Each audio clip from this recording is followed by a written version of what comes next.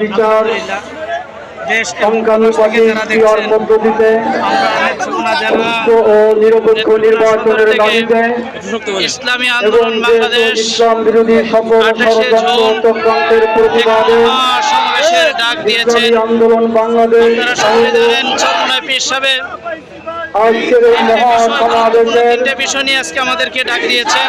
সারা দেশ থেকে যাকে মানুষ আসছে ইসলামী আজকে আন্দোলন বাংলাদেশের মহতারাম আমির হয়েছে।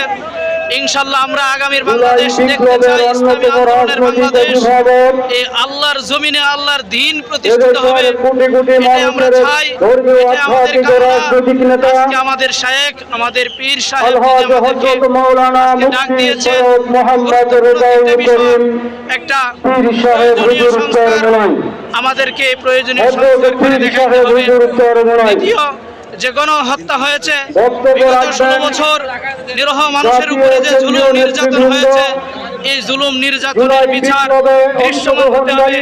আমাদের দেশের এই গণহত্যার বিচার আমরা খুব দ্রুত চাই এবং সেই বিচারের কার্যক্রম তাড়াতাড়ি শুরু করতে হবে। এবং দ্বিতীয় আরেকটা বিষয় পিয়ার পদ্ধতিতে ভোট চাই আমরা। সেই দেশ মানুষ এই মুসলমানের দেশে আমরা বিভিন্নভাবে নির্যাতিত ছিলাম, আমরা মাজলুম ছিলাম, আমরা বিগত দিনগুলোতে আমাদেরকে আমরা আমাদের ভোটের অধিকার পাই নাই, আমরা আমাদের খাদ্যের অধিকার পাই নাই, আমরা আমাদের অধিকার পাই নাই। আমরা আমাদের আগামী বাংলাদেশ বাংলাদেশ আমরা দেখতে চাই। হাত ভাঙার বাংলাদেশ আমরা বাংলাদেশ পীর সাহেব আগামীর বাংলাদেশ আমরা সুন্দর একটা বাংলাদেশ দেখতে চাই। ইসলামী আন্দোলনের বাংলাদেশ।